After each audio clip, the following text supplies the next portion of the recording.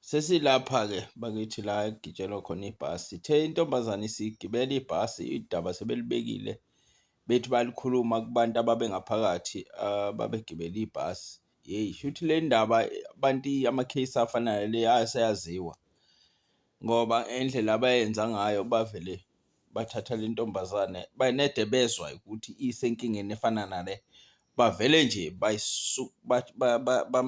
bangamfaka ehlalweni, wangahlala esihlalweni, bamfaka ehontshi emva kwey'hlalo lapha e-back seat, bathola indawo base bethatha zonke iy'mpahla zabo nabade bebephethe iy'ngubo bavele bamboza waba ngaphansi base bebeka iy'mpahla zakhe zabo ngaphezulu ukuthi engabonakali nje.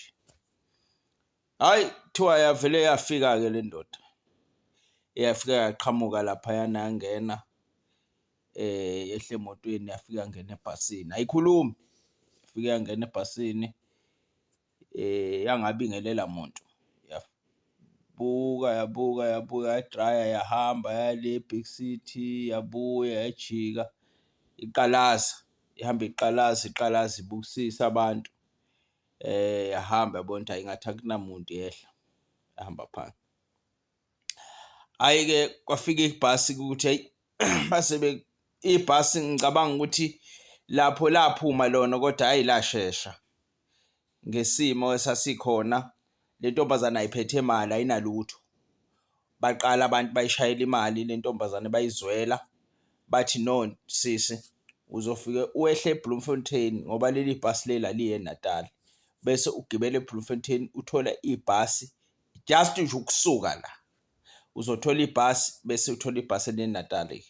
Hhayi ngempela kwaba kanjalo-ke lo sisi wathola ibhasi bamxazathela imadlanyana yakhe, wathole elinye ibhasi eli-back to iNatali. Hhayi wasinda kanjalo-ke usisi. Bafowethu alikho inani ongalibeka uthi lilingana nomuntu wesifazane, alikho, ngendlela umuntu wesifazane abiza ngayo.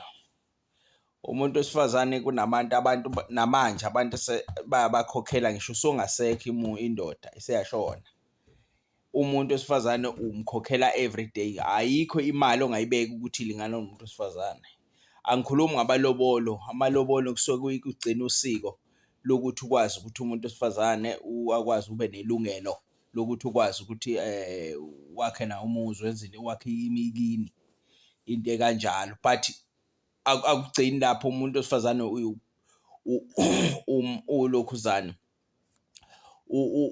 umkhokhela uze ufe, ngisho usufile futhi you have to pay for it, ngendlela ababaluleke ngayo, ngendlela ababiza ngayo, ngendlela i-value yabo. So kodwa bona ngendlela abenza ngayo ngazi ukuthi abakuboni ngendlela nje izinto abayithatha kalula ngazo ukuzenza nje umuntu athathe, yabo, but they are very expensive. Kumanje kunabantu ababakhokhelayo abantu besifazane bengasekho, abanye bakhanda imiqasho, bakhanda amabhizinisi, babashiya nezinto, babashiya namafa, benzela ukuthi bengahlupheki ngoba kufaneke aphile, yabo. So ilapho indaba yami yaphela bafowethu, leyo ndawo.